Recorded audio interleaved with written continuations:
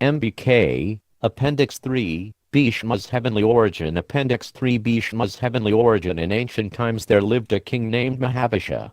During his long life he performed great sacrifices and, as a result, ascended to Indra's abode at the end of his life. Once in an assembly of the gods, with Brahma present, Mahābhārata saw the divinely beautiful Ganga. As he looked at her, a gust of wind suddenly blew away her garments. All the celestials looked away, but Mahābhārata continued to gaze at her, captivated by her beauty. For this rudeness, Brahma cursed him as follows: "You will again be born on earth, but you will return here after one life." Mahābhārata thought for a moment, remembering all the monarchs on earth. Among them all he considered a king named Pratapa to be the most pious. He therefore asked Brahma if he might become Pratapa's son, to which Brahma agreed. Ganga, having seen Mahābhārata's unashamed attraction for her, left the assembly thinking of him. As she went away she came across the Vasas, who looked dejected. When she asked them the cause of their despondency, they replied, "We have been cursed by the powerful Rishi Vasishta. Thus we must soon take birth as men on earth. For this we are sorry." Ganga heard how the 8 Vasas had tried to take from Vasishta his heavenly cow, Nandini. Their leader, Daya, had been implored by his wife to seize the cow, which was able to give anything one desired. Daya had assented to his wife's request and, with his brother's assistance, had stolen the cow. When Vasishta discovered the theft, he was furious. Understanding by his mystic power that the Vasas were responsible, he touched holy water and uttered his curse.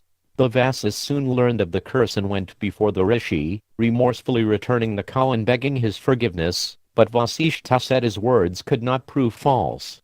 Repeatedly requested for mercy, he finally said, "You 8 Vasas will all be born on earth, but you will be freed from the curse quickly.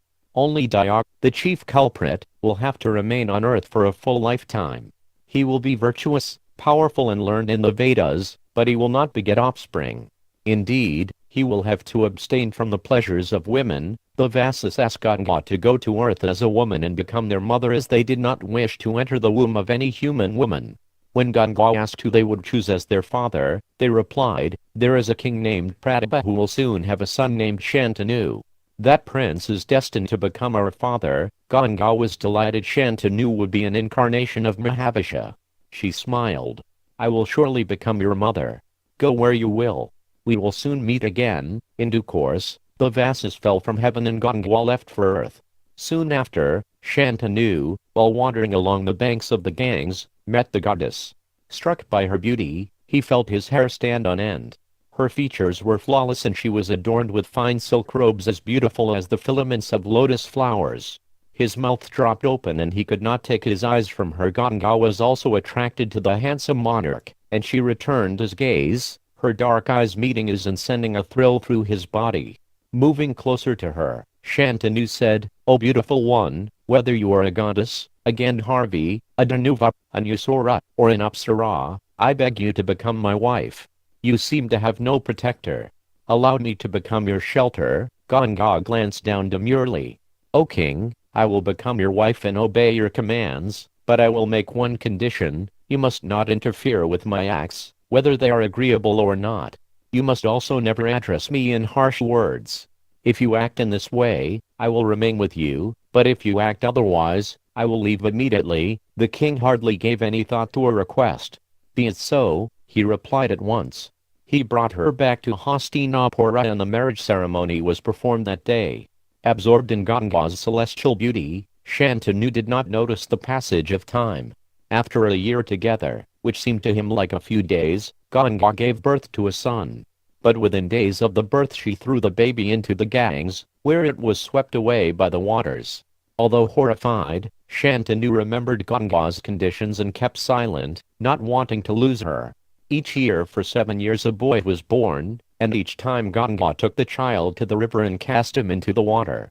The king managed to restrain himself, but when Ganga was about to drown the 8th child, he could take no more.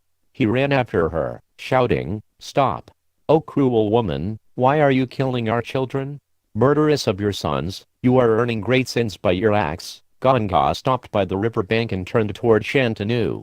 "As you desire a child, I will not kill this one. O king, take the child and raise him as your son." He will doubtlessly bring glory to your line.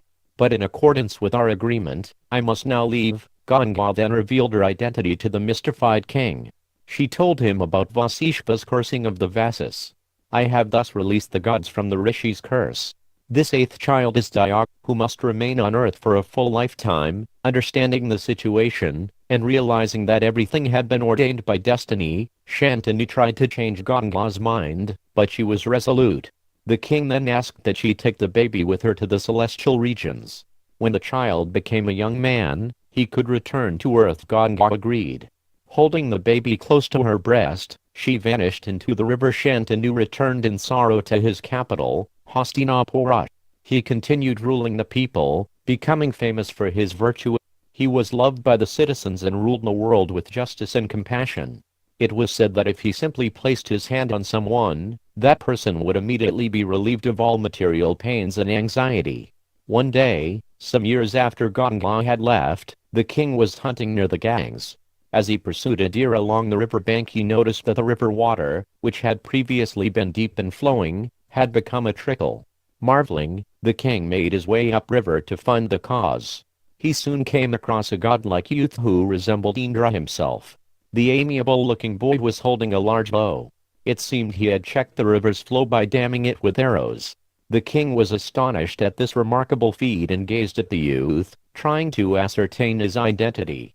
The boy suddenly disappeared, and the king, suspecting that it was his son, said to the river, "O Ganga, show me my child." As soon as he spoke, the goddess rose from the waters holding the boy by his hand. She approached the king and said, "Here is the eighth son whom we conceived together. O great king, take him now. I have reared him carefully." Instructed by rishis such as Vasishtra, Shukra and Parashurama, he has become proficient in all aspects of Vedic knowledge and is expert in arms and warfare. Ganga then vanished, leaving the boy with Shantanu. The king took him back to the city, where he would later become famous as Bhisma.